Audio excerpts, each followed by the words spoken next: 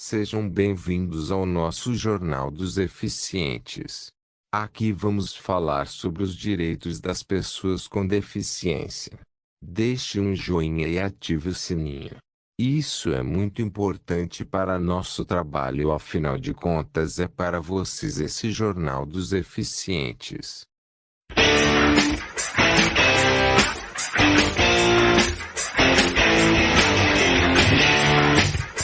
De acordo com o artigo 23 da Declaração Universal dos Direitos Humanos, todo ser humano tem direito ao trabalho, à livre escolha de emprego, a condições justas e favoráveis de trabalho e à proteção contra o desemprego.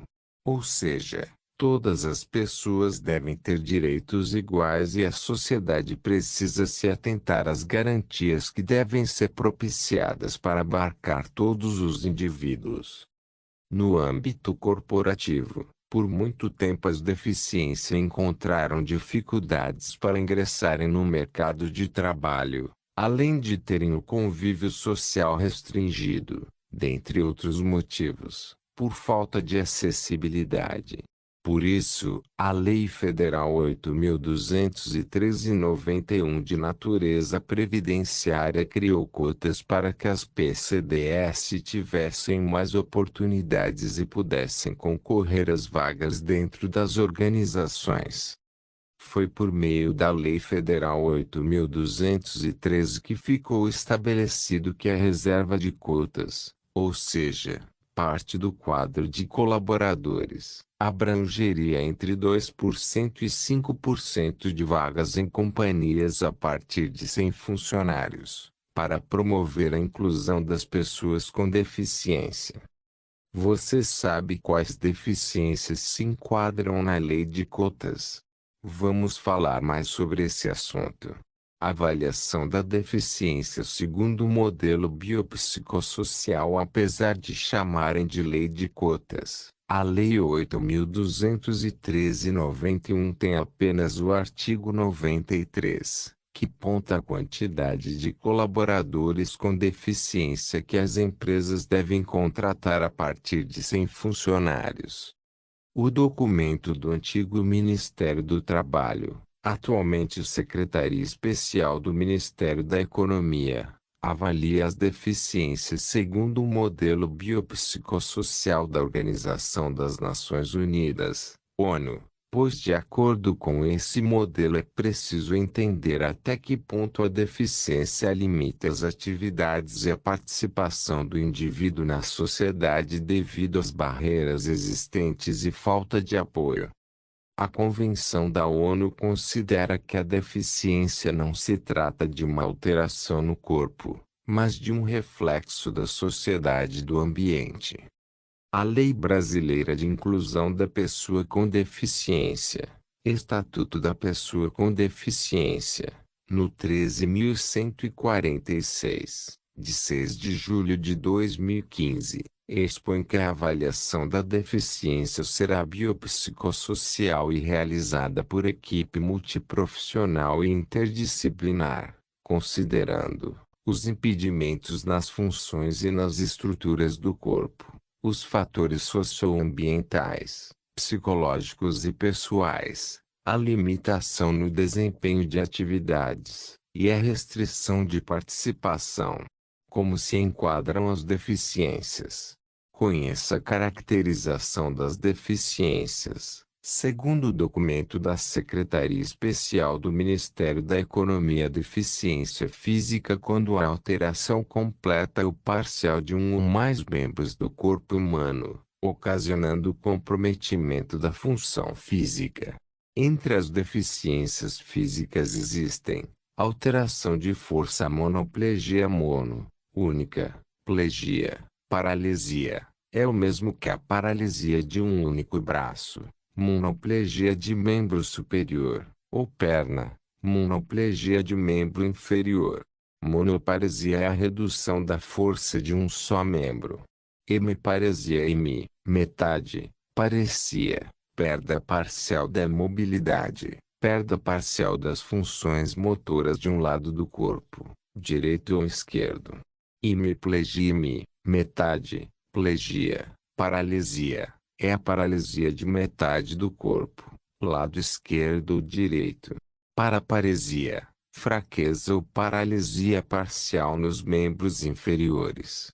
Tetraplegia ou quadriplegia, a paralisia afeta as quatro extremidades, superiores e inferiores, além da musculatura do tronco.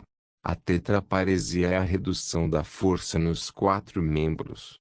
A paraplegia é a perda de controle e sensibilidade dos membros inferiores, o que impossibilita o indivíduo de andar e dificulta sua permanência sentado. Alterações articulares. Esse tipo de alteração se dá pela redução dos movimentos, mandíbula, em grau médio ou superior dos movimentos da mandíbula, segmento cervical da coluna vertebral, em grau máximo, segmento lombo-sacro da coluna vertebral, em grau máximo, articulações do ombro ou do cotovelo, em grau médio ou superior, pronação ou de supinação do antebraço, grau médio ou superior, primeiro ou do segundo quirodáctilo, se atingidas as articulações metacarpo-falangeana e falange-falangeana em grau máximo, articulações coxo-femoral ou joelho, ou tibio-társica, em grau máximo. Ostomias. Ostomias são aberturas no corpo, produzidas artificialmente pelo cirurgião, para garantir o trânsito de alimento, excretas ou ar quando ocorre obstrução. Por exemplo, traqueostomia, respiração, colostomia, ileostomia, intestinos, urostomia, urina. Para o enquadramento nas cotas, as ostomias não poderão ser temporárias. Nanismo. Nanismo é a baixa estatura de um indivíduo, devido a uma deficiência do crescimento provocada por insuficiência endócrina ou má alimentação. São mais de 80 tipos e 200 subtipos de nanismo. São enquadrados homens com altura até 145 centímetros e mulheres com altura até 140 centímetros. Paralisia cerebral. A paralisia cerebral pode acarretar várias sequelas, desde paresias, redução da força, a paralisias espásticas, quando a pessoa quase não movimenta os membros e precisa de cadeira de rodas. Pela perda de força ou movimentos é que ocorre o enquadramento. Amputações. Ausência ou deformidade de membros, com limitação funcional, por exemplo, perda de dedos. O enquadramento nas cotas dependerá do local e altura da amputação. Deformidades estéticas. Como o próprio documento de 2018 afirma, as deformidades estéticas foram excluídas do decreto de 99, porém diz que situações de lesões com deformidade de face, crânio, perda de partes da mandíbula, queimaduras graves, tumorações em face, escalpelamentos como os que ocorrem nas correias de motores de barco na região amazônica, por exemplo, podem ser enquadradas. Trata-se de critério subjetivo do fiscal aceitar ou não a deformidade estética, pois julgará a deformidade versus estigma social.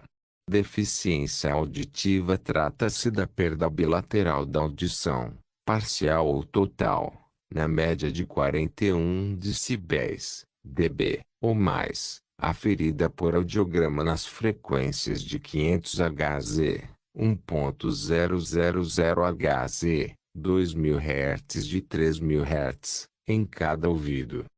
Caso haja perda na média de 41 decibéis ou mais, auferida nas frequências acima, apenas em um ouvido, não ocorre o enquadramento nas cotas trabalhistas.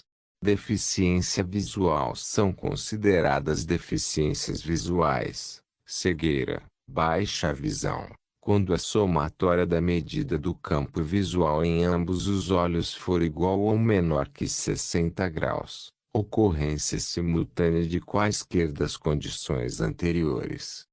Para ser considerada cegueira, a acuidade visual deve ser igual ou menor que 0,05 no melhor olho, com a melhor correção óptica. Já na baixa visão, a acuidade visual é entre 0,13 e 0,05 no melhor olho, com a melhor correção óptica. Deficiência intelectual. Funcionamento intelectual inferior à média, com manifestação antes dos 18 anos e limitações associadas a duas ou mais habilidades adaptativas: comunicação, cuidado pessoal, habilidades sociais, utilização de recursos da comunidade, saúde e segurança, habilidades acadêmicas, lazer, trabalho. Deficiência múltipla. Associação de duas ou mais deficiências. Viu como existem diversas deficiências que são enquadradas nas cotas trabalhistas, principalmente se forem consideradas as questões biopsicossociais. Tem muitas outras deficiências que não mencionamos por aqui, mas que você pode consultar neste material da Previdência. Além das deficiências, o art.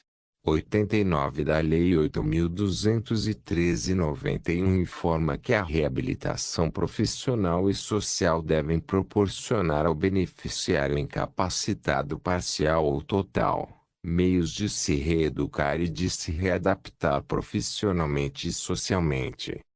Você gostou deste conteúdo? Se ele esclareceu suas dúvidas ou se tiver sugestões de temas, comente para que possamos preparar outros artigos com a mesma qualidade.